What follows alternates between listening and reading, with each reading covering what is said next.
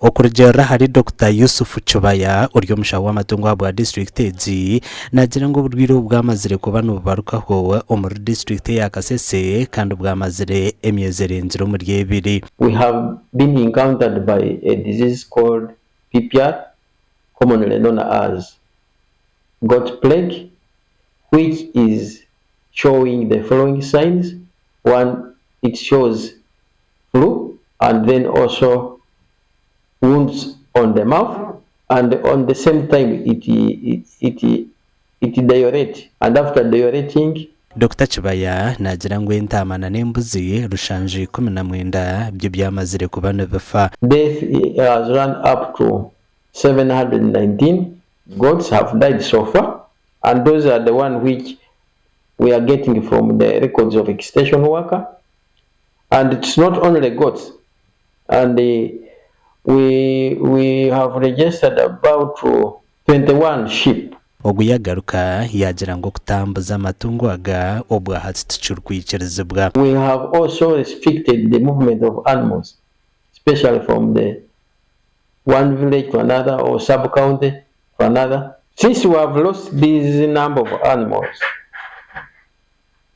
we don't encourage people to eat.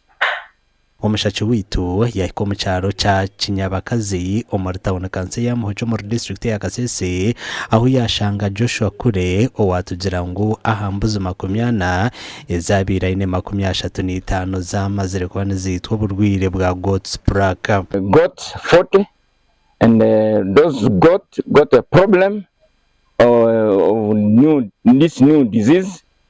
I don't know how they call it, and out of the 40 I'm remaining with only 5 in my farm. Kure yatugira ngo yamanyire ngo embuze mwe ni yirwire akashikera umushaho kongo bwire bukaba bwagenzere. When we realize that that goat has a problem, when we remove it, we call the doctor. He's called Tembo, and he's staying in Kiteso. He's a veterinary doctor.